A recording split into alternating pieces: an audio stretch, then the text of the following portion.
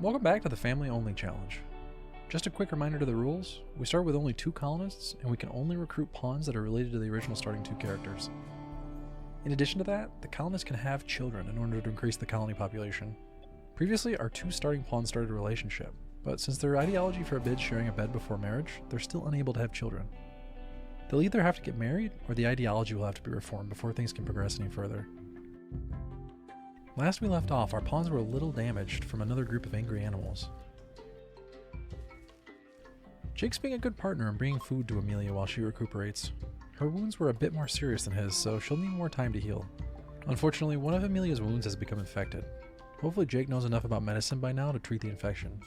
Just in case, we'll make sure Amelia stays on bed rest until she's healthy again. Looks like the first 10 was 98% quality, so this infection should go away in barely any time at all. We've got quite a few things our colonists are going to need to accomplish in the near future to make sure things are ready for their future children. We still need to create a pen for our pigs, and we need to get our machine table going. In addition to that, we're still missing a tailoring bench. They're still wearing their basic clothing, and we can upgrade those pretty easily. Amelia's immunity against the infection is already over 50%, while the infection is still in the low 20s. She shouldn't have any issue whatsoever getting over this. But let's use a little bit more medicine just to be sure. If either of our colonists die at this point, it's going to be a pretty anticlimactic ending. The second 10 was 87% quality, which should be enough to get Amelia over this infection. Amelia's looking much healthier now. Both of our colonists have fully healed since the encounter with the rabid guinea pigs. Unfortunately, the mess still hasn't been cleaned up, but I'm sure they'll get to that soon. For now, they've just finished researching television, which might be a bit early to get, but it didn't take very long to research in either case. Next up for technology is going to be fire foam, I think. It can be pretty useful to get our hands on some fire foam pop packs early on, just in case we get a nasty imp raid. Their fire breath can cause some serious issues when you only have 2 colonists.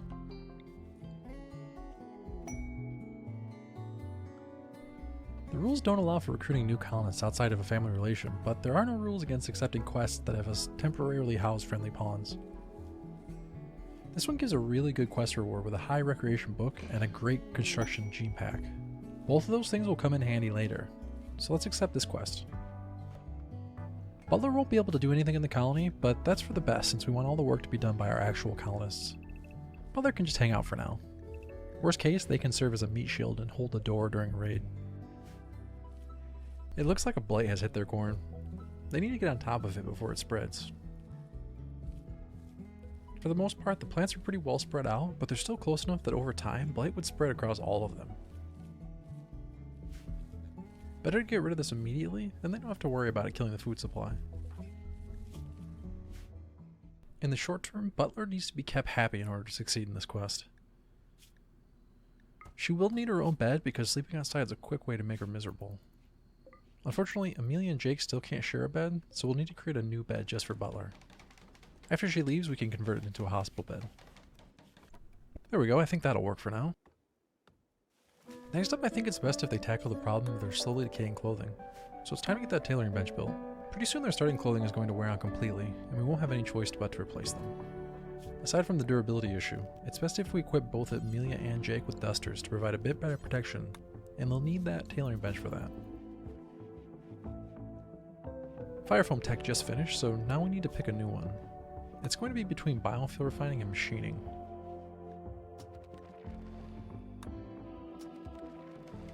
I think next we'll go with machining.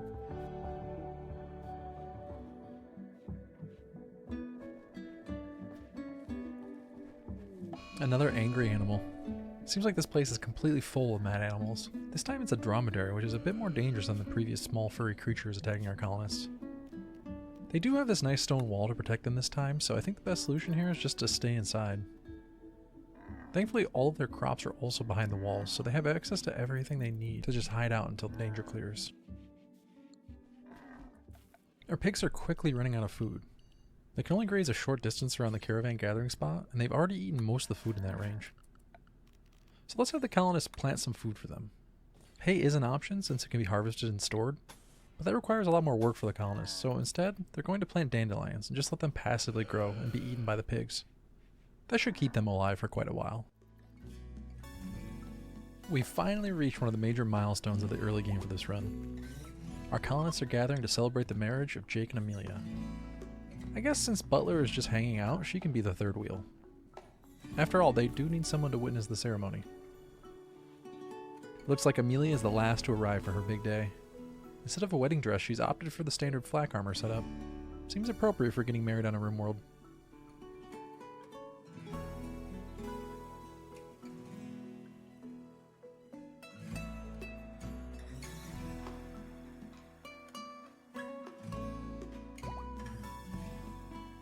Well, what place in the colony is more romantic to finish the ceremony than the doorway?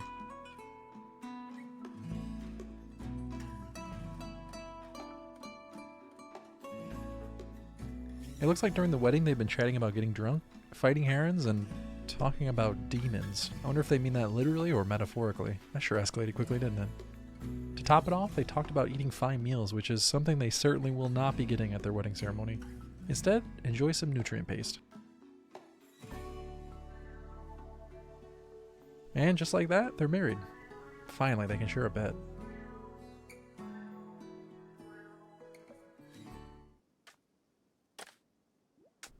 It's nice that now they'll both be getting the benefit of that masterwork bed that Amelia crafted earlier in the run. Let's set them to try for a baby so they have the highest chance possible of having a child. They're going to need as many children as possible if they're going to have any hope at all of successfully running this colony and joining the Empire. Oh wow, they're already trying for a child. Let's give them a little privacy, as much as they can possibly get sleeping directly next to Butler. That must have been an awkward night for all three of them.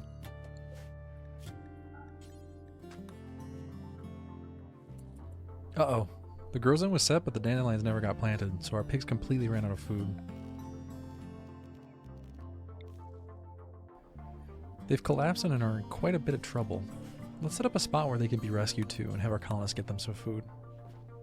The pigs aren't exactly critical to the colony, but I want to keep them alive nonetheless.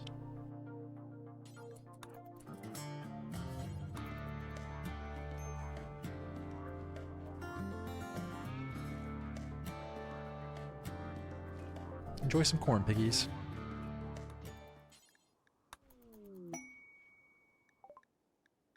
It looks like some ambrosia has sprouted to the north. We can set up a grow zone underneath the plants so that when they reach maturity, they'll be harvested automatically and hauled back to the base. With allow sowing turned off, they won't plant anything in the zone, which can cause the original plants to get deleted. That ambrosia can be quite helpful for keeping mood up without risking too many negative effects. We need to start preparing for a baby, so let's get a crib built.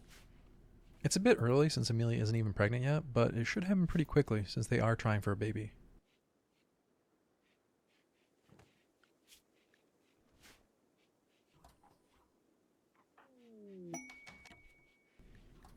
A few travelers have arrived asking for help. They've requested 3 medicine, and although medicine is pretty critical to the colony, I think we can spare 3. Let's give them what they've asked for and hope they repay the favor someday.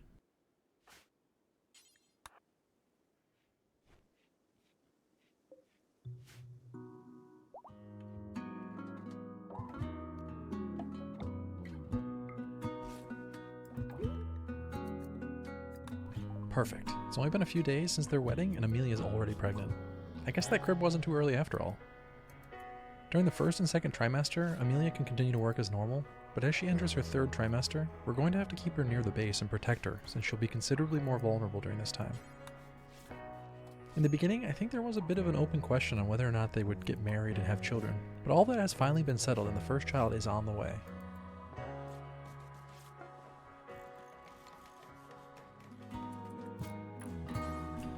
They made the tailor bench, but haven't really made much use of it yet. Let's fix that and set up some bills to get clothing crafted. Each adult pawn is going to need a button-down shirt, pants, and a duster. For now, let's make sure the button-down shirts and pants get made first.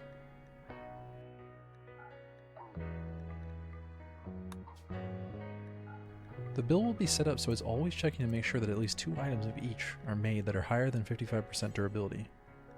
It will check equipped gear, so when the durability gets low, it will automatically set new clothing to be made.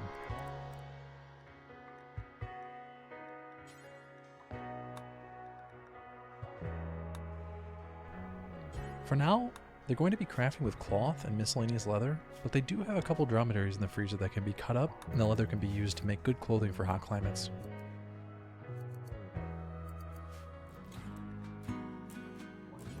They had enough random leathers to get their shirts and pants done, so now they can use the leather they got from the dromedaries to make dusters.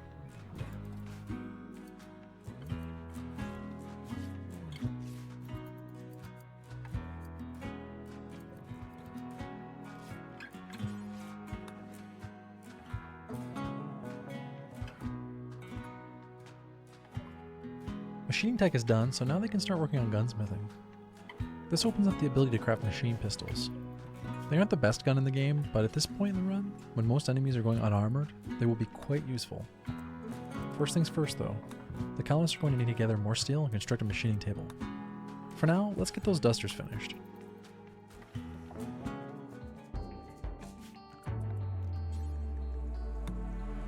There are a few traps up around the wall of the base, but the wood that was being used to build traps is not going to last much longer. Let's switch over and start building traps out of any extra stone that we have. There's quite a bit of sandstone sitting around, so for now, we'll use that. It'll take a lot longer to build these traps, but they'll do significantly more damage, and there's more stone than we'll ever be able to use. Another nice added bonus is that the longer they take to build, the more construction XP they're going to give over time. The main goal of this run is to progress through to the Empire victory. That means at least one of our pawns is going to have to gain ranks within the Empire.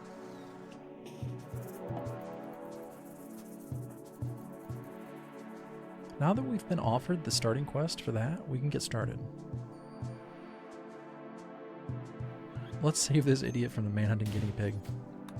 I have no idea how this person is unable to handle it themselves, but I guess sometimes we don't get to answer our questions.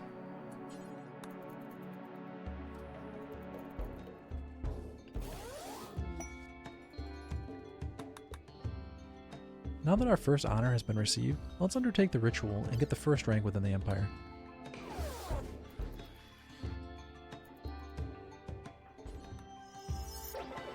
Well, that was a terrible ceremony. Whose fault is that anyway? Wasn't the Empire representative the one performing the ritual? Seems like it's their fault after all.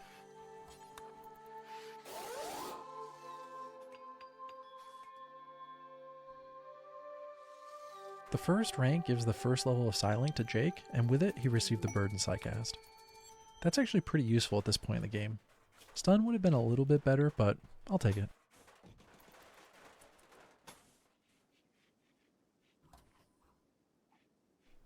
The base is really coming along nicely. There are plenty of crops being grown, and they finished making almost all of the paths along the hallways. The crops and dirt slow down the movement speed, so the thin paths help them keep their speed up.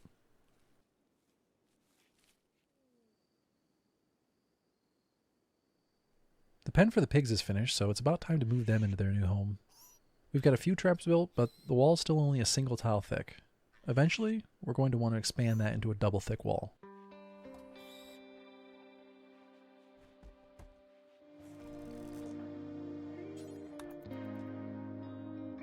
It took a while, but the pigs are finally moving in. Now, they'll have a relatively safe space and plenty of dandelions to graze on. At least there's no worry about them starving to death any longer.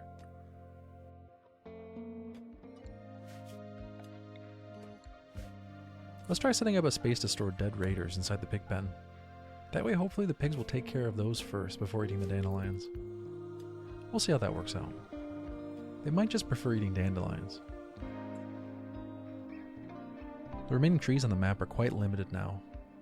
They're having to travel quite far to chop anything down. The base is still being cooled by a passive cooler and it's still consuming quite a bit of wood.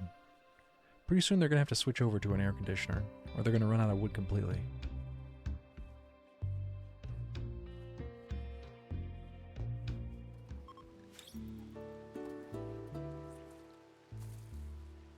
The morning sickness has set in for Amelia. It must be pretty horrible to have to deal with the effects of pregnancy while trying to survive on a planet like this. It's not exactly a hospitable place to be living. She's at least at the very end of her second trimester now, so she's getting closer and closer to being done with it. The first child should be here soon, and then it won't be long until our 2 starting colonists finally have a little help around here.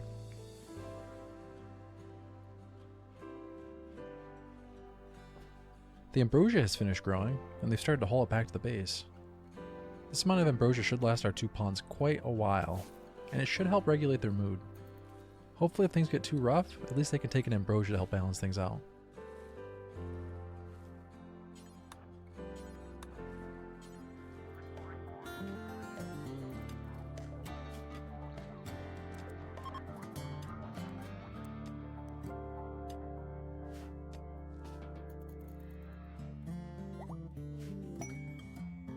A few more days have passed and Amelia is reaching the end of her pregnancy.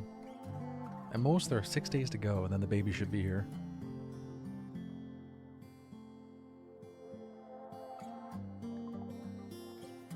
They've already built a crib, so that's one less thing to worry about. It's even a masterwork art piece and has an engraving on it. It has a depiction of Butler winning at horseshoes, wearing a lonely look. Butler is glowing with a white aura. The work is shaded in hues of black and red. As an interesting contrast, a writer fades in near the edge of the image. Although she'll be leaving soon, Butler was there for their marriage and the pregnancy, so it's only fitting for her to be remembered in some small way. They've got a decent enough room to deliver the baby, and medicine if anything goes wrong. I think Jake is as prepared as he possibly can be to help deliver this baby. I'm sure by now Amelia is ready for this pregnancy to be over.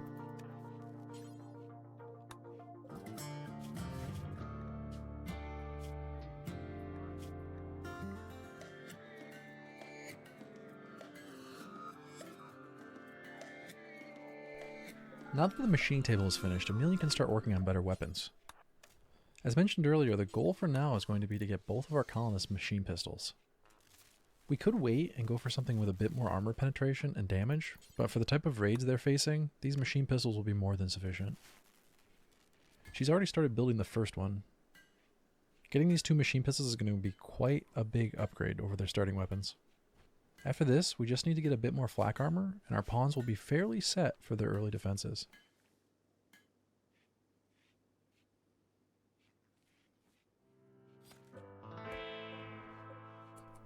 These pigs have been here for a while, so I think they deserve some names. Let's go with something traditional for pigs. I think we'll name the first one Oink, and the second one can be Boink. That seems fitting for this pair.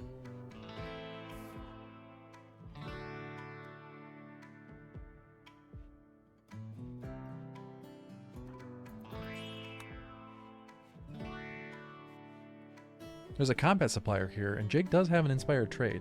It sure would be nice to buy something from them.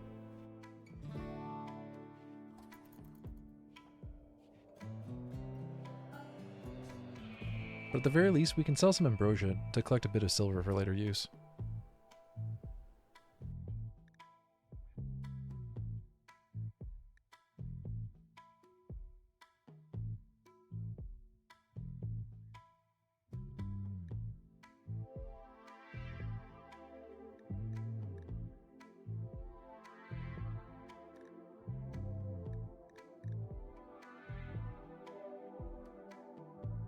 Unfortunately, they won't be able to make enough silver to buy anything, so for now, they'll just have to keep the silver and use it later.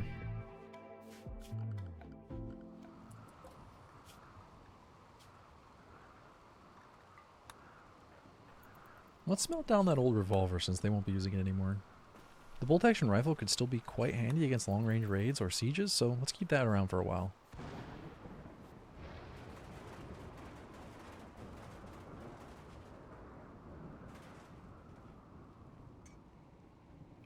Now that weapons are taken care of in the short term, let's make sure Jake gets some armor.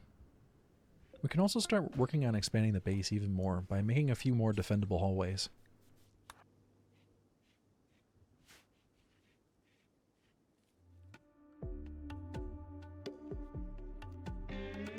The effects of the pregnancy are really taking a toll.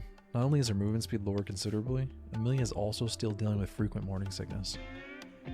Thankfully, she's just about done with this pregnancy. We will have to start thinking about a name for the baby. Or alternatively, will we just let the random name stay? We'll find out soon enough.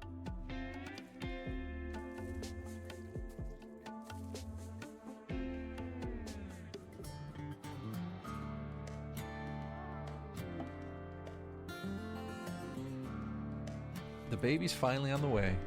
They've been preparing for this for a while.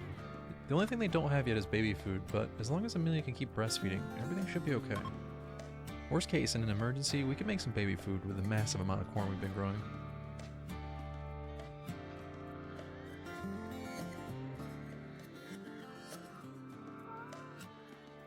In the middle of giving birth, Amelia has decided it isn't quite time yet and has got out of bed. Well, look at this timing. Immediately after Amelia got out of bed, a braid has arrived. This Edakeen urchin wants to interrupt things. Unfortunately, Amelia is not going to be available for this fight, so Jake's going to have to defend the home himself. Luckily, there are plenty of traps available, and Jake has that machine pistol. Against an unarmored Edakeen, the machine pistol should perform quite well.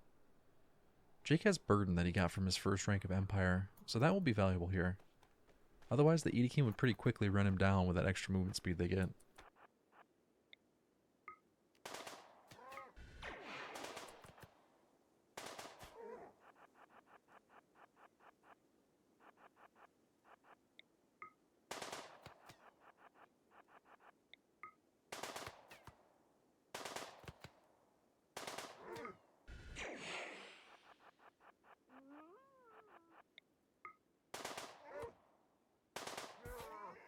Well, the machine pistol combined with burden made that raid quick and simple. Now it's time to get back to Amelia and see about this baby.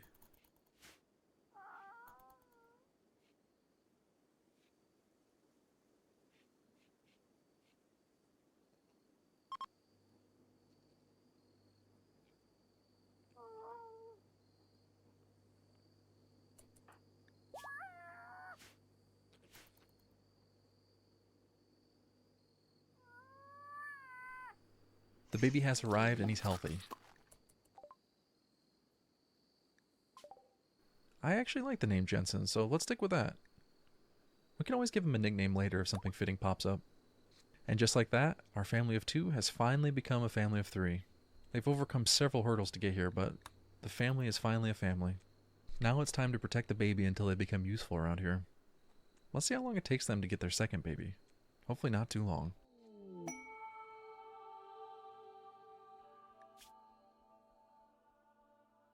Our colonists have been offered a quest to host a friend of the first Bishop of Yulia. They're offering an advanced component and some silver in exchange.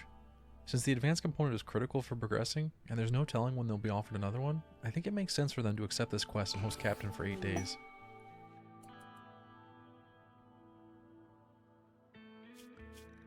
He won't do anything in the colony besides sit around and eat, but that's okay.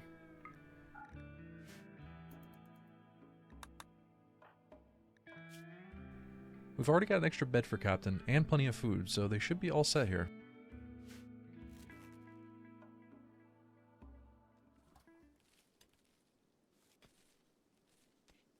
They've decided to have a party.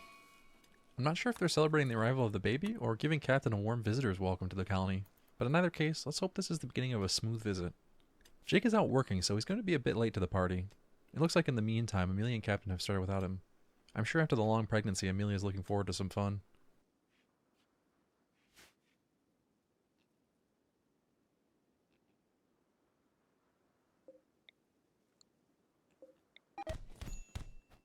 Well, our great start to the visit has blown up.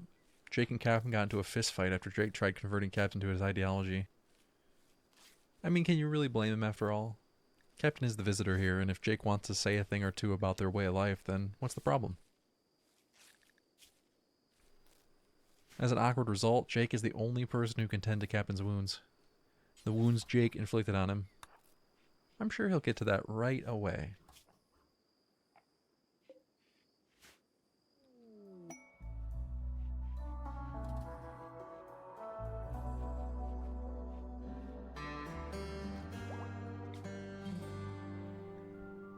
Okay, the colonists are going to give this party thing one more try, and hopefully this one doesn't end with fists. They're going to meet outside to build and launch lanterns into the sky. I think this one is a fitting celebration for the arrival of Jensen into the colony.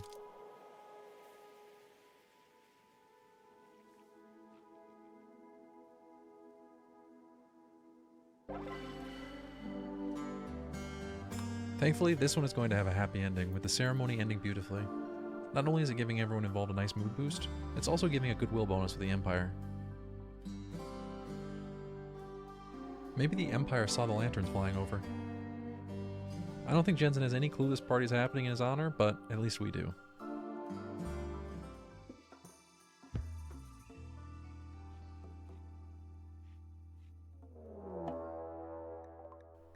Another raid has arrived. This one should be pretty easy since it's just a couple of chem addicts with tribal weapons. And thankfully this time Amelia's back to full strength and can help out to defend against them. The colonists are going to pull them back to the walls and try to counter the range advantage that they will have with that bow.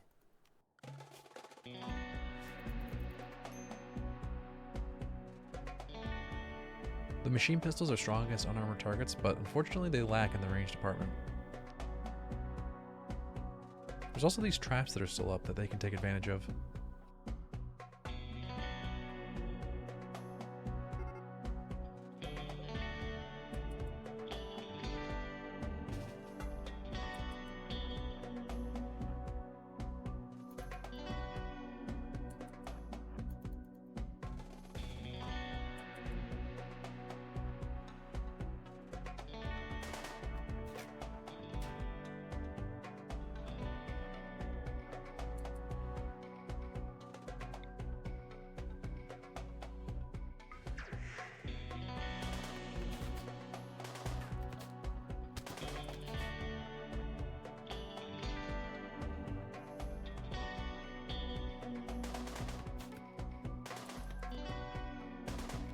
It looks like the traps are doing absolutely nothing, but that's okay, because the machine pistols are doing some strong work here.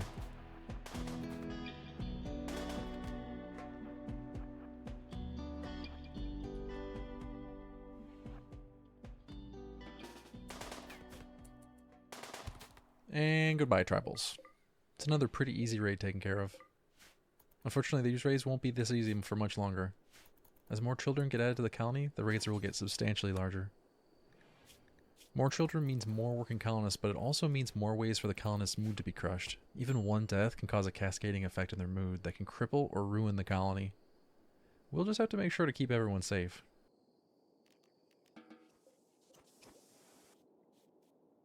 It's about time to replace that passive cooler with a full air conditioner. The passive cooler has been draining their wood supply for a while now. They don't have a lot of steel to spare, but it's worth it to use what steel they do have to replace the passive cooler. Also, there's still plenty of steel to mine out on the map, but both of our colonists are pretty bad at mining. Jake has been doing what he can, but it's slow going. Maybe one of the children can be raised to be a miner. A miner.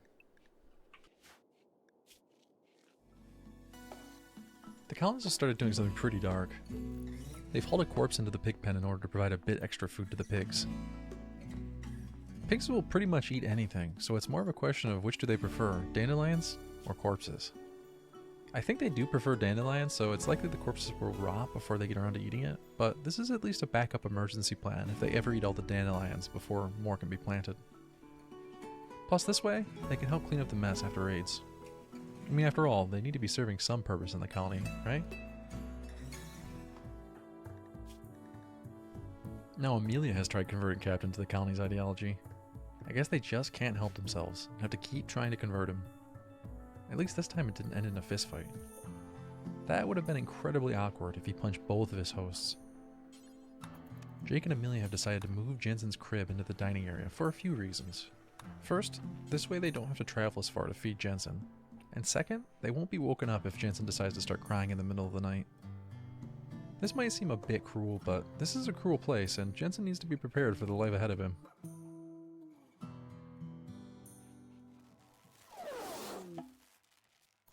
Alright, it's time for Captain to leave. I'm not sure who's more excited for him to return home. On one hand, Jake and Amelia don't have to deal with the unruly guest any longer. And on the other hand, Captain doesn't have to hear any more conversion attempts. It seems to me that everyone is happy to see him go. Now the colonists get their advanced component, so it was certainly worth the trouble in the end.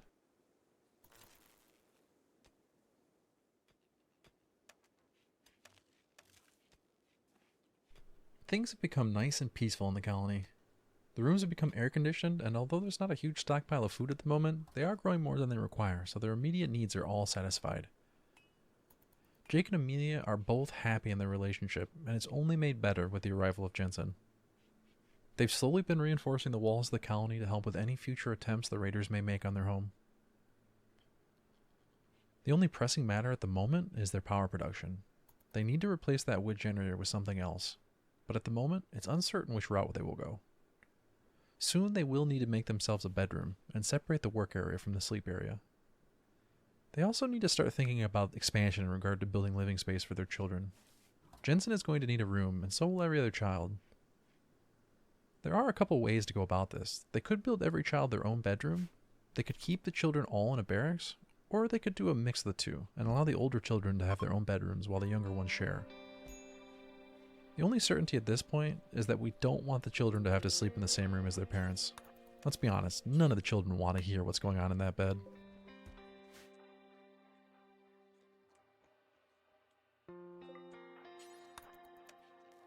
I hope you enjoyed episode 2. Thanks for watching, and remember to subscribe to the channel and leave a thumbs up on the videos in this series. See you soon for episode 3.